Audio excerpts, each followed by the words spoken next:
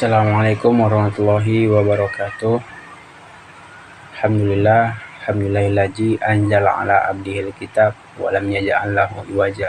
Asyhadu an la ilaha illallah, asyhadu anna Muhammadar Rasulullah la nabiyya ba'da. Pertama-tama adalah kita panjatkan rasa puja dan puji syukur kita atas kehadirat Allah Subhanahu wa taala yang telah memberikan kita nikmat kesehatan, nikmat kelapangan umur, sehingga kita dapat melaksanakan apa yang diperintahkan oleh dosen pengampu kita ini. Salawat dan salam tak lupa dan tak luputnya kita hadiahkan pahalanya buat junjungan alam yakni Nabi besar Muhammad sallallahu alaihi wasallam. Semoga di yaumil kelak nanti kita mendapatkan syafaat dari beliau. Amin ya rabbal alamin. Baiklah, langsung saja tanpa memanjang mukadimah, saya di sini dari kelompok 3 yang beranggotakan saya dan Muhammad Andi Arahab. Nama saya Musdadi. Baik, saya di sini akan memaparkan si materi kami yang berjudul proses manajemen strategik. Yang pertama yaitu ada pengamatan lingkungan. Pengamatan lingkungan ini yaitu yang pertama yaitu ada lingkungan internal. Lingkungan internal ini lingkungan kerja ada terbagi dua, yaitu lingkungan kerja dan lingkungan sosial. Lingkungan kerja ini bagaimana? Lingkungan kerja ini berpengaruh dan dipengaruhi oleh operasi-operasi utama organisasi. Yang kedua yaitu lingkungan sosial. Lingkungan sosial ini seperti apa? Lingkungan sosial ini tidak berpengaruh, tidak berhubungan langsung dengan aktivitas jangka pendek, tetapi dapat mempengaruhi keputusan jangka panjang. Yang selanjutnya yaitu lingkungan internal.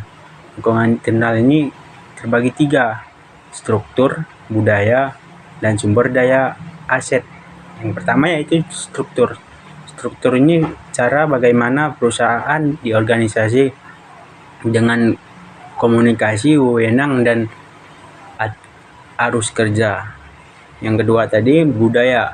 Budaya, keyakinan dan nilai-nilai yang tertanam dalam anggota organisasi tersebut. Yang ketiga yaitu sumber daya aset atau potensi yang merupakan bahan baku, produk, barang dan jasa.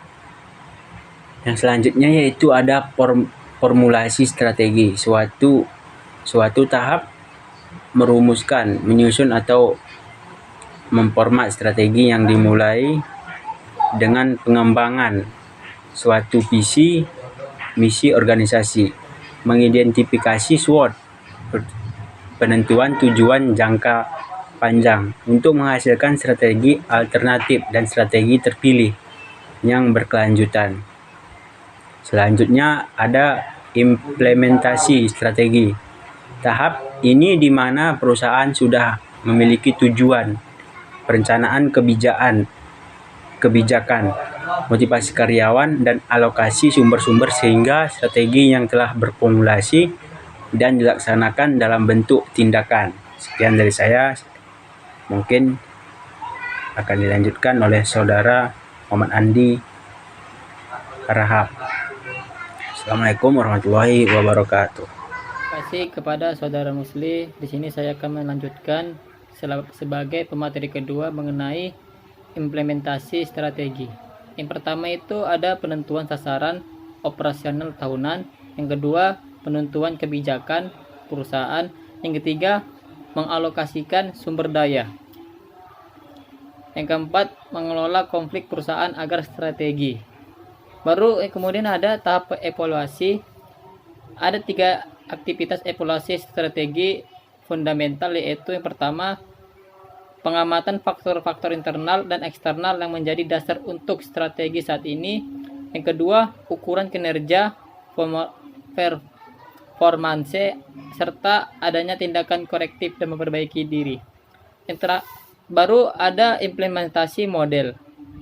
Tahapan dalam model deskriptif manajemen strategik dalam sebuah organisasi ataupun perusahaan ada 4, yaitu yang pertama ada tahap analisis, yang mana tahap analisis adalah strategi. Pada bab sebelumnya sudah dijelaskan bahwa analisis strategi dibagi menjadi 2, yaitu analisis lingkungan internal dan analisis lingkungan eksternal.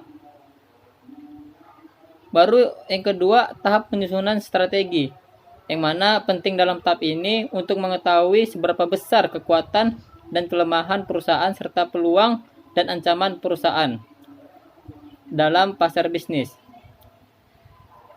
Yang ketiga ada tahap perancangan rencana strategi, yang mana dalam tahap ini rencana strategi yang dirancang harus terarah kepada hasil atau produk yang spesifik, pasar atau harapan masyarakat. Baru yang terakhir ada tahap implementasi strategi, yang mana tahap terakhir adalah mengimplementasikan rencana strategi itu menjadi kenyataan. Kerangka keberhasilan implementasi modal.